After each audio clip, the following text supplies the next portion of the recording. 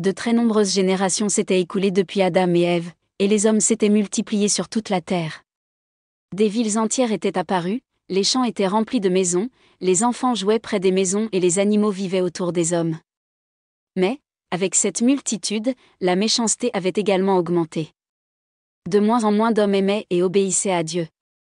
Les hommes commettaient le mal, se disputaient, se battaient entre eux et oubliaient les lois de celui qui les avait créés.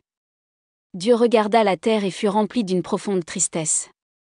Il avait vu combien le cœur de l'homme était rempli de mauvaises pensées et de péchés. La violence et l'injustice étaient si grandes que Dieu décida de purifier la terre. Mais parmi tous les méchants de la terre, un homme vivait différemment, Noé.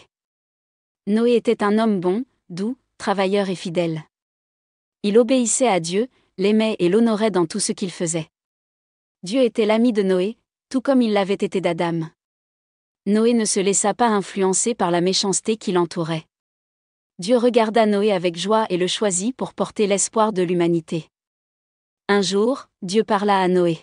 « Noé, ce monde est rempli de méchanceté et de péché. Je vais envoyer un grand déluge sur toute la terre. Les eaux recouvriront tout, et tous les êtres vivants qui ne sont pas dans l'arche périront. Mais je veux te sauver, toi et ta famille, car tu es un homme juste. » Puis Dieu ordonna à Noé de construire une immense arche. C'était un ordre inhabituel, car Noé vivait loin de toute mer ou de tout océan. Personne n'avait jamais vu une arche aussi grande, ni entendu parler d'une pluie aussi longue. Mais Noé n'hésita pas. Il écouta tout ce que Dieu lui disait. Dieu lui donna le plan exact. L'arche aura 300 coudées de long, 50 coudées de large et 30 coudées de haut. Tu la feras haute de 3 étages, avec de nombreuses chambres, et tu la couvriras de poix à l'intérieur et à l'extérieur, afin que l'eau n'y pénètre pas. Noé se mit à couper du bois, à le sculpter, à planter des clous et à travailler chaque jour. Les gens autour de lui se rassemblèrent pour le voir et se moquèrent de lui. « Que fais-tu, Noé ? Es-tu devenu fou ? Où est ta mère ? Pourquoi perds-tu ton temps avec une telle chose ?» Mais Noé leur répondit avec douceur et leur rapporta ce que Dieu lui avait dit.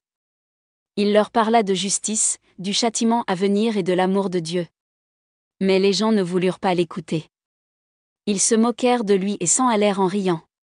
De très nombreuses années passèrent, plus de 100 ans avant que l'arche ne soit prête. Le travail fut dur, mais Noé ne renonça pas. Alors Dieu lui dit, « Noé, rassemble dans l'arche ta femme, tes 3 fils Sem, Cham et Japheth et leurs femmes. Prends avec toi un couple de chaque animal et oiseau, afin qu'ils soient sauvés. » Et un miracle se produisit. De tous les coins de la terre, des animaux commencèrent à arriver 2 par 2, lions, tigres, ours, éléphants, girafes, souris, oiseaux de toutes couleurs et de toute taille, toutes sortes de reptiles, chacun selon son espèce. Ils entrèrent dans l'arche en silence, comme s'ils savaient ce qui allait arriver. Une fois tout le monde dans l'arche, Dieu ferma la porte de sa main. Le ciel s'assombrit et soudain de grands torrents d'eau commencèrent à tomber.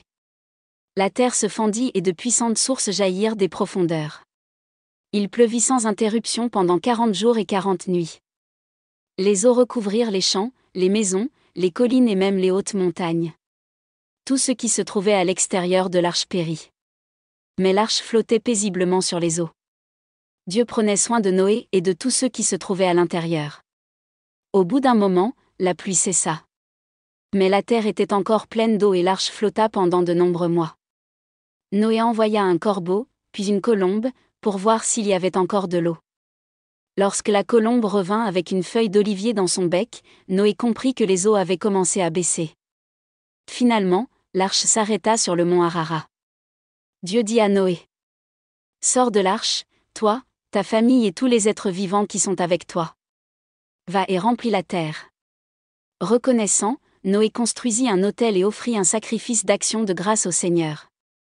Puis, Dieu fit une promesse sacrée.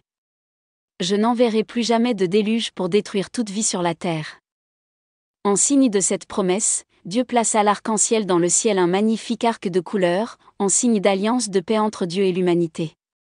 Voici l'histoire de Noé, l'homme qui obéit à Dieu quand tous les autres désobéirent. Il devint le premier capitaine de l'arche et un homme de foi. Par lui, Dieu offrit à l'humanité un nouveau départ et nous montra que l'obéissance et la foi sont toujours récompensées.